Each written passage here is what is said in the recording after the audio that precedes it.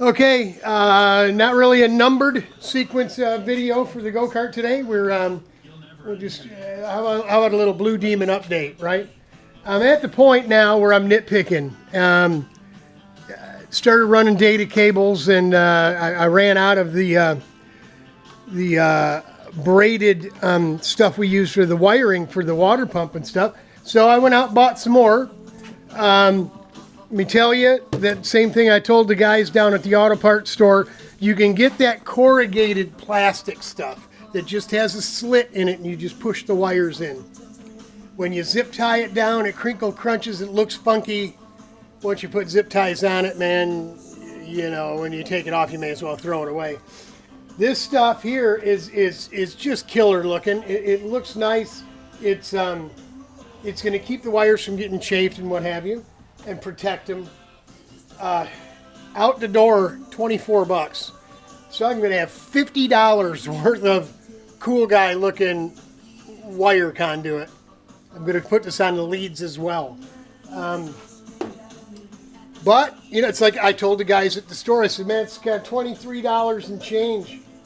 It's kind of pricey. You know, I said, but I guess that's the price you pay if you want to look cool, right? And they all said the same thing. Oh, yeah, you know, so they know. The first time I walked in there, we talked. They're like, what are you doing? What kind of project you got going? I said, I build go-karts. People love to hear about the go-karts. So I showed them some pictures on the phone. They couldn't believe it. So what are we doing now? I'm running the leads. Right, I started just kind of preliminarily running things where they're going to go. Our exhaust probe, going to run down here with our water temp probe. We can run those together. You see what I got going on here? I had this lower hose zip tied to that seat strut, and it was kind of pinched a little, and it just looked. I'm going to try to use a clean jury-rigged, okay? Jerry-rigged, whatever you want to call it. You know what I'm saying. So I thought, well, gee, what am I going to do? I got to do something. I don't like that, but I want it up off. I mean, I don't think it could come in contact with the shift lever. I don't think it's going to be a problem, but we don't want to have a problem. So after screwing around out here, trying to figure out how to add zip tie to zip tie like a chain like people do back here and get this thing out of the way, I thought, you know what? I dug up some material and then I called it a night. I went in the house to come out today and I made up RPM.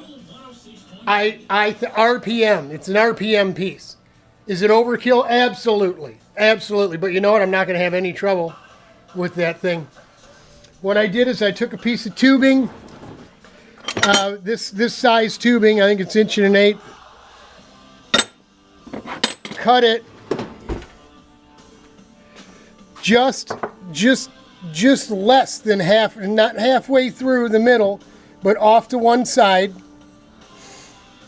And then what I did is I welded it together. So I went over and I took, this piece is going to sit on that seat strut, and our hose is going to sit right in that little cradle right there. Yep.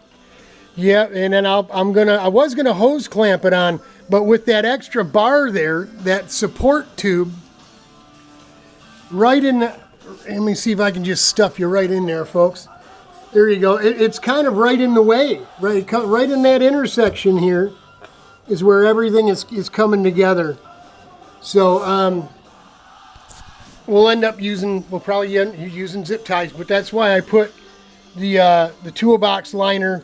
I glued it in here too, and we've been letting it set up for a while just to make sure once we put it in, this thing isn't going to slip and slide. But there you go. That little hole looks cool, and I can get a zip tie through it.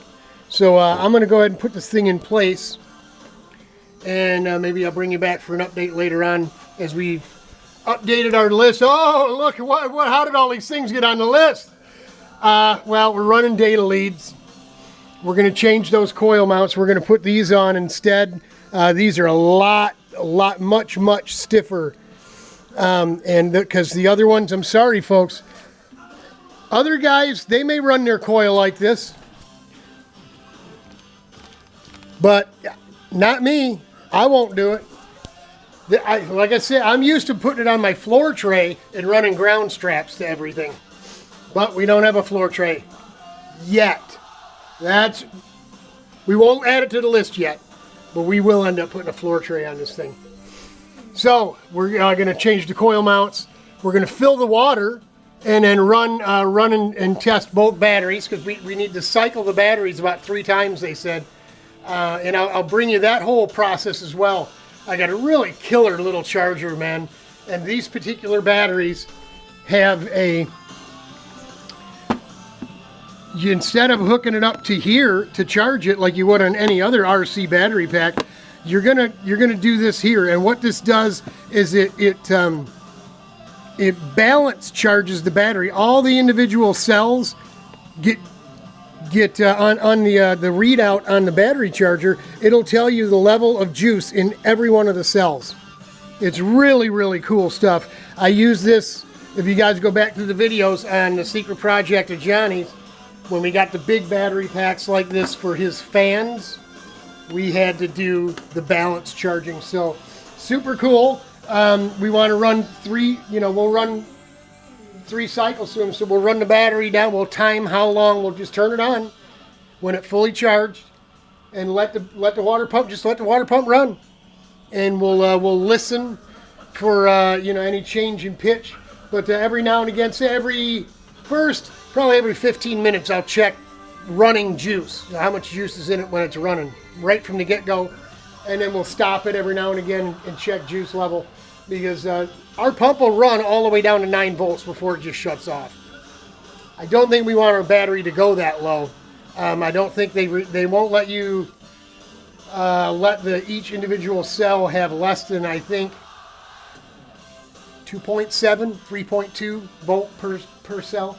So we'll have to look at that. But we got that coming. We'll run probably a couple of videos of that going on. Do we want to put a debris fender on this thing right now? Use these 2 bolts and bend a little piece of aluminum here to keep rocks and stones and stuff. I don't know. Maybe that isn't really necessary right off the get-go before we just go run it at the track day. And then rear rad mount modification for rubbers. Piece of cake. We just take these bolts out. Probably loosen up the nut here. We'll just spin that thing, take the mount right off. We're just going to cut this down a little bit to leave room for some rubber. Just some rubbers in there. And then we'll go ahead and drill a wire hole through each one of these bolts. And we'll wire them so they can't, with rubber in here, you can't tighten them down tight. So you're going to need something to keep them from, listen, there's going to be a lot of vibration going on here. This thing is going to be rocking and rolling, rattling all the time. So we got rubber down in the bottom below. We got the rubber here mounted on the tie rod we use for the bottom mount, but we don't have any rubber here. And I think that probably needs to get done. And that's a 15-minute job, right? So we better put the cap back on. We were going to put water in it today, and I just decided it's already too late in the day to get into all that. So we're going to work on, we'll probably swap out the coil mounts. We'll finish that today. And we're going to get this hose deal on. I'll go ahead. You saw how, since we're shooting 2 videos, you saw how flimsy this was, right? After I get the other ones on, and this thing on here, I'll bring you back and show you the difference between these mounts and the other mounts, and the cool setup we got to keep that hose out of trouble, causing problems for us. So that's what we got going on here, the 26th of February. We're almost to the end of the month. Told you April will be here before you know it, folks. Hang in there. I got some more for you.